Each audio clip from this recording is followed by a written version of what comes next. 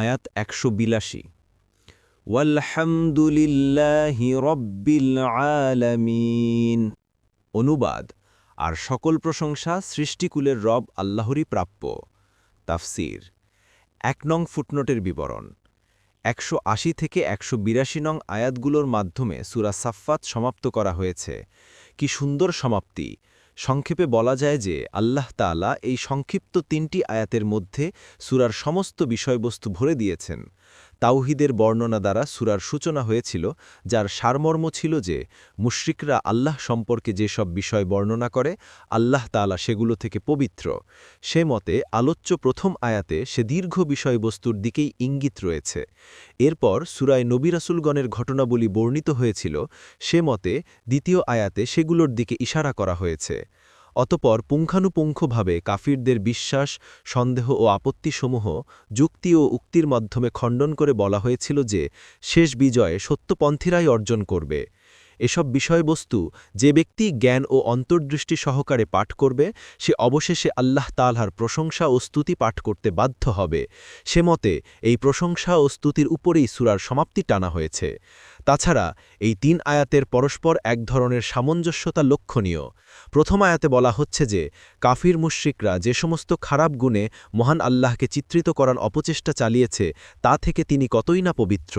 তাদের কথা ও কর্মকাণ্ড তার মহান সমীপে ও তার মর্যাদার সামান্যতম হেরফের করার ক্ষমতা রাখে না। তারা তাকে খারাপ গুণে গুণান্বিত করতে চায়, পক্ষান্তরে নবী রাসূলগণ তাকে সঠিকভাবে জানে বিধায় তার জন্য সমস্ত হক নাম ও সঠিক গুণে গুণান্বিত করে, তাই তারা সালাম পাওয়ার যোগ্য। তারা নিরাপত্তা পাবে কারণ তারা আল্লাহ ব্যাপারে নিরাপত্তার বেষ্টনী অবলম্বন করেছে, আল্লাহর সঠিক গুণাগুণকে অস্বীকার করেনি।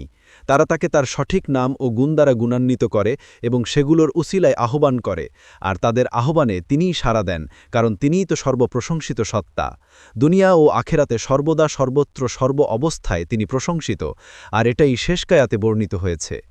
এখানে আরও একটি বিষয় লক্ষণীয় যে প্রথম আয়াতে তাসবিহ বা পবিত্রতা ও মহানুভবতা ঘোষণার মাধ্যমে যাবতীয় খারাপ গুণকে সরাসরি অস্বীকার করা হয়েছে, আর পরোক্ষভাবে যাবতীয় সৎ ও সঠিক গুণকে সাব্যস্ত করা হয়েছে। তৃতীয় আয়াতে তাহমিদ বা প্রশংসা ও কৃতজ্ঞতা প্রকাশের মাধ্যমে যাবতীয় সৎ ও সঠিক গুণাবলীকে আল্লাহর জন্য সরাসরি সাব্যস্ত করা হয়েছে, আর পরোক্ষভাবে যাবতীয় খারাপ গুণ থেকে মুক্ত ঘোষণা করা হয়েছে।